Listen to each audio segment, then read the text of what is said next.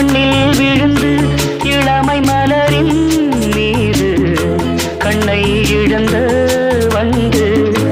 தேக சுகத்தில் கவனம் காட்டு வழியில் பயணம்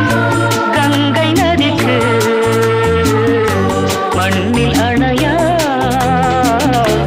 இளமையெனும் பூங்காற்று